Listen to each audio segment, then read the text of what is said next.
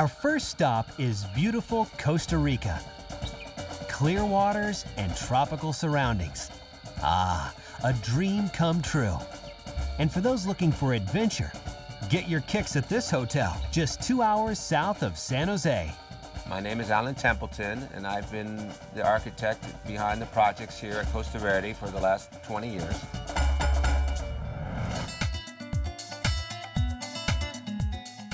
The resort at Costa Verde looks like an average hotel from the outside. But what makes it so unique is its 2 large airplanes that have been turned into a hotel bar and a luxury suite. We salvage planes and we bring them here and we make them into interesting things. My dad was a B-17 pilot in World War II, and growing up I was hearing stories about planes and all sorts of excitement and adventure, and so we try to recreate some of that here.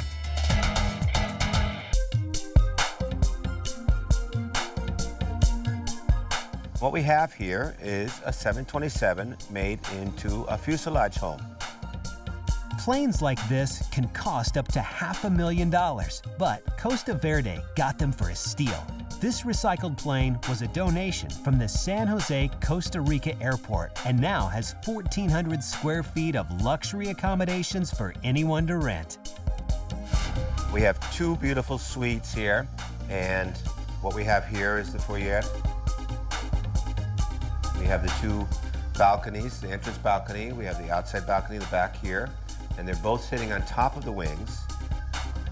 What we did on both the bedrooms over here is we lowered the floor almost a yard, and we made a TV room here that's sunken, so we have much more spacious ceiling and much more living space.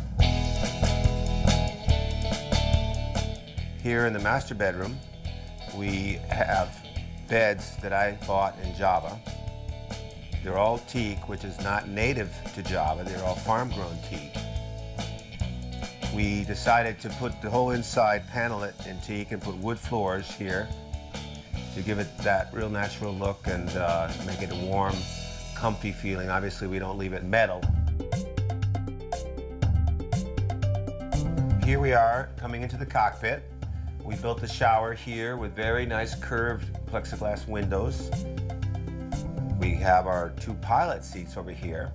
And this is the only part of the plane that we didn't put paneling in so people could see what the old look was before we recycled it. So far, we're not really that sure what you could do here aside from enjoy a bottle of wine, but at least you have a nice ocean view from your bathroom. Now we're entering the other bedroom, and we've also got a nice sunken bedroom here. We have a lot more space. We have our lamps that we make here on the property. We make a lot of other furniture. Let's go see the bathroom.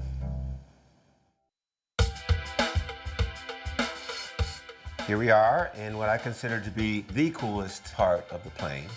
We designed a bathroom that fit the tail section of the plane. The tail section was here, and we took the tail out to make a very good air circulation situation. The turbine that was taken out, it also is great for air circulation up there. So we have a lot of air flowing through the plane, and it really works. Now we're coming down to the bottom of the plane, and it is interesting to see how we have it up on a 40-foot pedestal here. And the idea came from an article in Forbes magazine that I read in about 2000. A guy in Tennessee was selling fuselage homes on pedestals. I called him up. It turned out that he actually had not built any of those yet. It was all Photoshopped, all the pictures in the article. And so I said, okay, I'm going to try to do it. And we haven't had any problem. We've gone through several pretty serious tremors here, and there's no problem. I call this the earthquake-proof home. The fuselage is great for resting. But when you want to grab a bite to eat, stop around the corner to the hotel's restaurant, El Avion. It seats 600, and right in the center is the second recycled plane converted into a bar. This plane was a 1955 C-123. It was brought here by Oliver North and the Contras, the counter-revolutionaries in the Cold War period, 1986. This plane was left behind in the airport, and I bought it. It was only $3,000, and here it is, and it's our restaurant. We have a lot of fun here. This is an icon here. It's one of the things that make Hotel Costa Verde an interesting place. You know, there's a couple things here that are really interesting. If you look at the side of this plane, there must have been a machine gun that did all these holes here. When we were cleaning this whole thing off in 2000, you know, been sitting for 14 years in the rain, and we took off all sorts of fungus and we took off some of the loose paint, and we found this Air Force seal from the U.S. Tactical Air Wing. And so that was when we started putting the whole story together. We weren't really sure that this was one of the Oliver North planes. But when we saw that, we said, this is very strange that there's a U.S. military plane sitting here in Costa Rica. And then we saw this, we took this off, the number, and they did about 700 of these planes starting in 55, and they stopped making them in 59. And this is number 663 of the whole production run, which was around 700, 750. And this says number 4 on it because they flew in formations of 4. And this was the last plane of the 4. We have a very interesting cockpit, and we always get people that want to come up here and sit. It's a little bit different because it's a very old airplane. I've even had people that say, hey, can we do the Mile High Club? And I go, no, you can't do the Mile High Club here, okay? We have a nice bar here.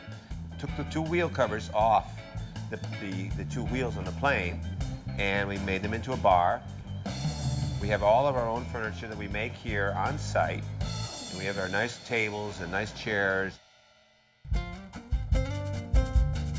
This is another Fairchild plane. This is called a Metroliner. It's about 45 feet long, 20-passenger turboprop from 1979. And this ran off the runway in Bocas del Toro, Panama, which is right near the Costa Rican border.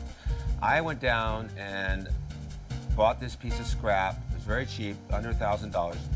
And I brought it up here. We were going to make it into a sign, and we were going to put El Avion on it in big letters and stick it outside. It looks a little bit like a rocket. But we decided to morph this plane into a dumbwaiter, and it goes down to the kitchen, which is 3 floors down, and we bring up all the food using our other Fairchild right here.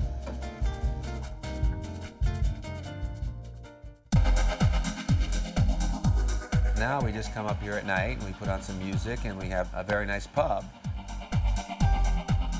I would say that one of the really surprising things here at Costa Verde is that we have managed to take some of these old relics and trying to turn them around into very attractive, usable recycle projects. And I think we've been successful at that. And we managed to put them in jungle settings and put them on the top of a mountain, surrounded by trees, and have them fit in and be part of a beautiful piece of scenery. So, planes aren't your thing?